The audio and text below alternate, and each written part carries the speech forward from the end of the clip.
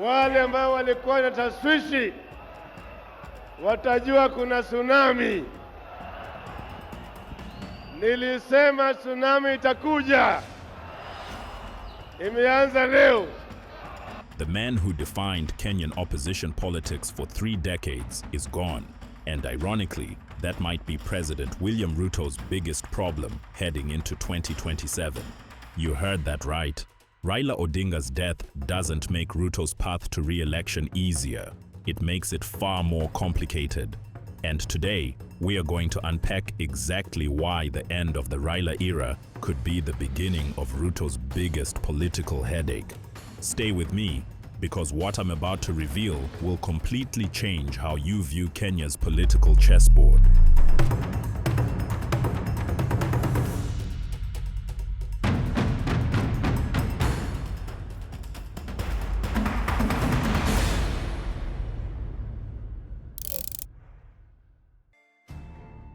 To understand why Ruto should be worried, we first need to understand who Raila Odinga was to Kenyan politics. Born on January 7, 1945, Raila wasn't just another politician, he was the politician.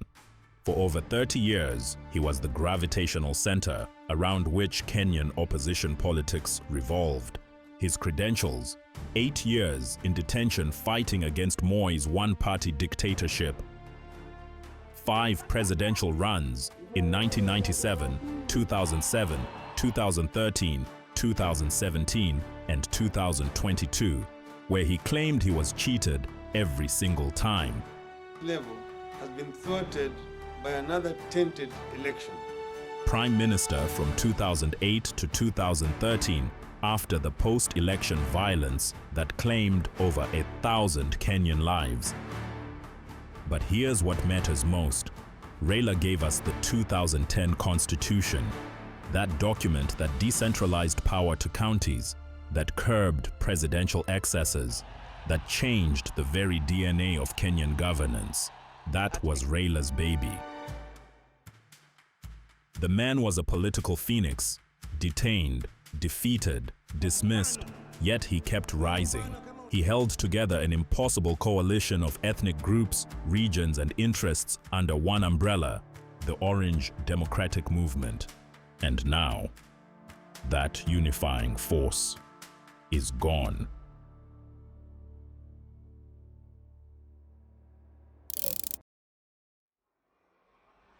Here's the political paradox that should keep Ruto awake at night. In politics, sometimes your greatest enemy is also your greatest asset. Think about it. For years, Ruto built his political identity around one central narrative: I'm not Raila. Unamwambia bwana kitendawili, Uhuru Kenyatta ndio rais na mimi ndio deputy president. Mtu ni mtu empty, hana mpango, kazi yake tu ni TV, mtialala, ria, uganga, nini. The anti-Raila sentiment was perhaps the most powerful mobilizing tool in Kenyan politics. It united dynasties against dynasties, regions against regions, communities against communities. Ruto's 2022 campaign brilliantly positioned him as the outsider, the hustler fighting against the establishment.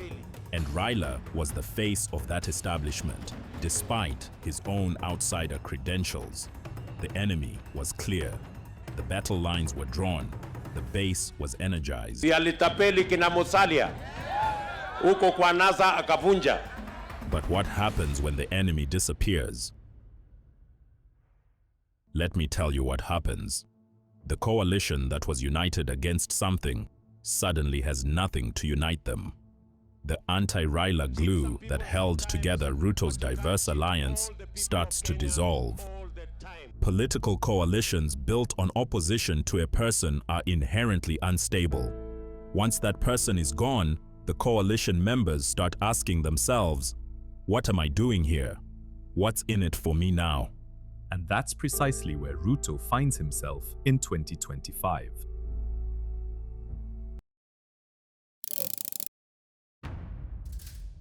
Long live ODM, long live! Long live ODM, long live! ODM si chama kilichojazaliwa kama siri. Nasikia kuna wengine ambao wanatembea nasi mchana, lakini usiku wanajaribu kuuza hii chama. Haiwezekani. ODM was not born in a bedroom. It was not made in a bedroom. So its future will not be discussed as pillow talk. It has been the heartbeat of the Kenyan people for 20 years. ODM was born from protest. It was raised in resistance. And the people of ODM have time and time again bled, sweat, and shed tears for this country called Kenya. Baba, siku ya leo, gharama ya maisha ikienda juu, tutaenda maandamano. Wapende, wasipende. Now, let's talk about the ODM situation, because this is where things get really interesting.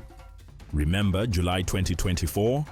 Ruto made a shrewd political move, co-opting 4 ODM officials into his cabinet. Suddenly, some of his fiercest critics became his top cheerleaders. It was brilliant politicking.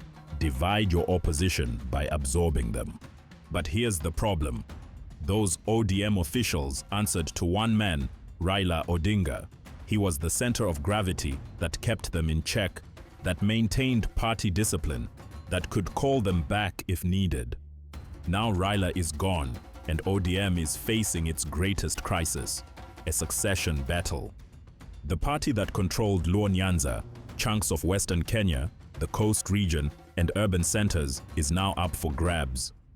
Potential candidates like Minority Leader Junet Mohammed are circling, but nobody, and I mean nobody, has Raila's national stature or cross-regional appeal. For Ruto, this creates 2 immediate headaches. First, those ODM members in his cabinet are now politically orphaned. Do they stay loyal to Ruto? Do they return to fight for ODM leadership? Do they become independent actors? The uncertainty is dangerous. Second, and more importantly, ODM won't die quietly. It will fragment, yes, but those fragments will scatter across Kenya's political landscape like shrapnel. Some will join other opposition coalitions. Some will form regional movements. Some might even become spoilers in 2027.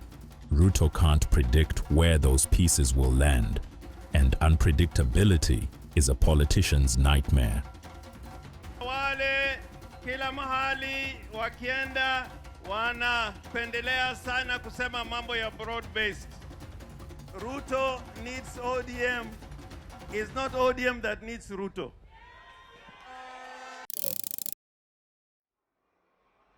This brings us to what I call the fragmentation factor. And this is the real reason Ruto should be concerned.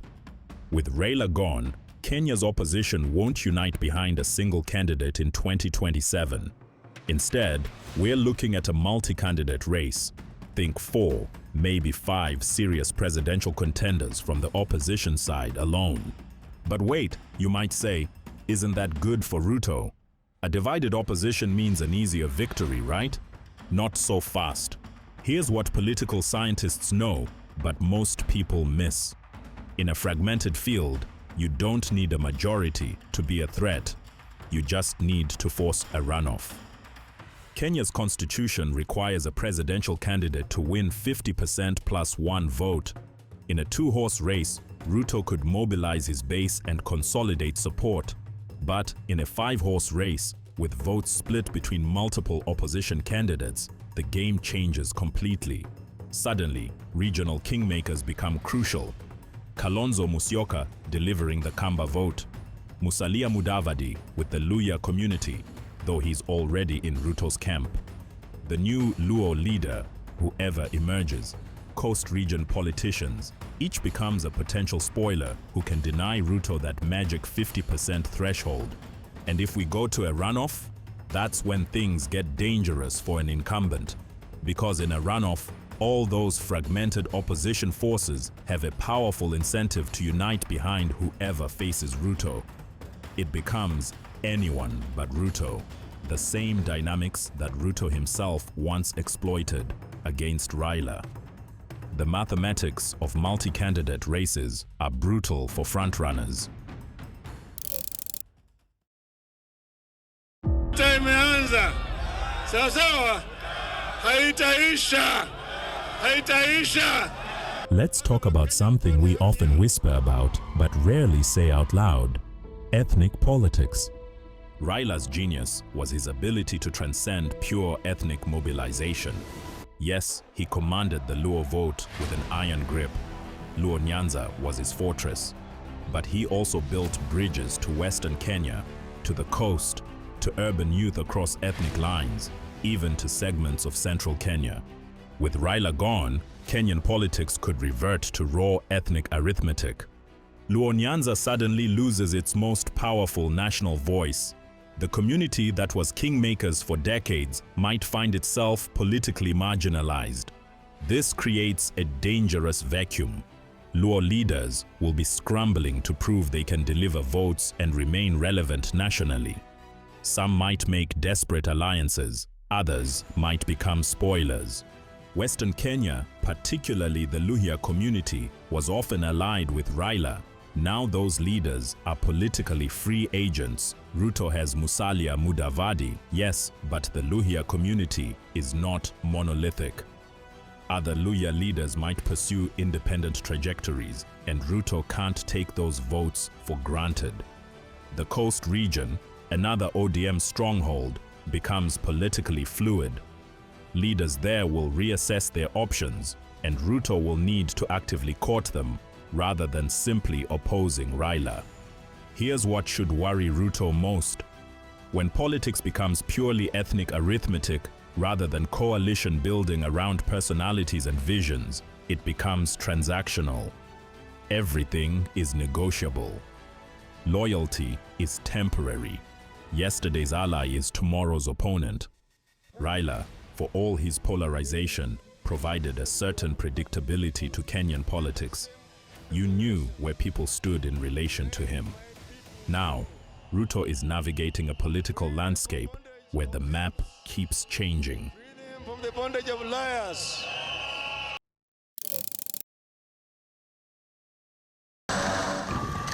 My good brother. Speaking of alliances, let's examine Ruto's coalition strategy. Just recently, on October 10th, 2025, Ruto reconciled with Gideon Moi, their first public show of unity. It's classic Ruto, building coalitions, pulling in former rivals, creating a big tent. But here's the uncomfortable question. What's holding that tent together now? When you had Raila as the common enemy, it was easy. KANU remnants, UDA members, former Jubilee allies, ANC, Ford Kenya, they could all unite around stopping Raila. That was the glue. Now Ruto needs a new narrative, a new glue, and support the incumbent is never as powerful as stop the threat. Defensive coalitions are stronger than offensive ones. Moreover, the dynasties Ruto once campaigned against, the Kenyatas, the Mois, the Odingas, are now scattered.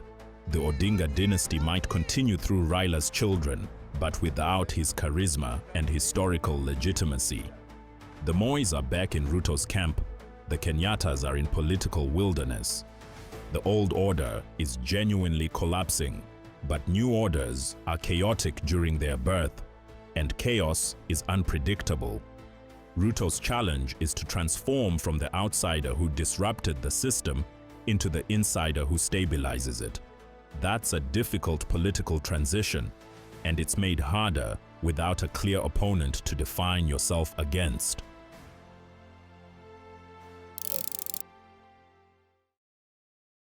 There's another dimension we need to consider: institutional accountability. Love him or hate him, Raila was the loudest voice challenging executive overreach. He demanded electoral reforms. He questioned irregular procurements. He mobilized citizens around constitutional principles. He was, in many ways, the unofficial opposition check on presidential power. Who plays that role now? This might seem like good news for Ruto: less scrutiny, less opposition, more room to govern. But here's the thing: democracies need robust opposition. They need accountability mechanisms. They need loud voices challenging power. Without that pressure, governments become complacent. They make mistakes, they overreach, and by the time 2027 rolls around, accumulated grievances without a clear voice articulating them can explode in unexpected ways.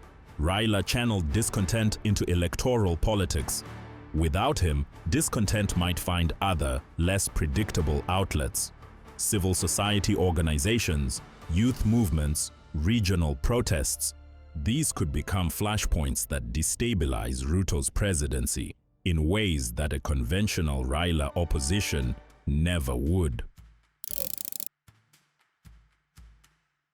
So let's bring this all together. Why should President Ruto be concerned about Raila Odinga's death?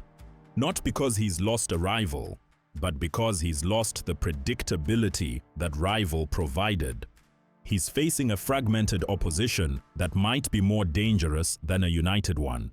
He's navigating ethnic realignments without the old tribal calculus. He's holding together a coalition that's lost its common enemy. He's governing without the institutional accountability that Raila provided. The 2027 election will be the first test of post-Raila Kenyan politics, and it might look fundamentally different from any election we've experienced in the modern multi-party era. Ruto built his career on being underestimated, on being counted out, on defying political gravity. He might need all those skills again, not to defeat Raila Odinga, but to navigate the chaotic political landscape that emerges after Raila.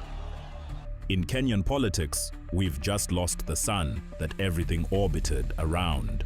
Now we're about to discover what happens when planets lose their gravitational center. Prime Minister, the Honorable Raila Amolo Odinga.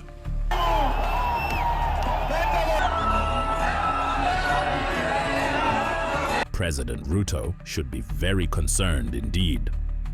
If this analysis opened your eyes to the complex dynamics of Kenyan politics, subscribe for more deep dives into the stories behind the headlines. And let me know in the comments. Who do you think will fill the Raila-shaped void in Kenyan opposition politics? Until next time, stay informed, stay engaged, and keep questioning everything.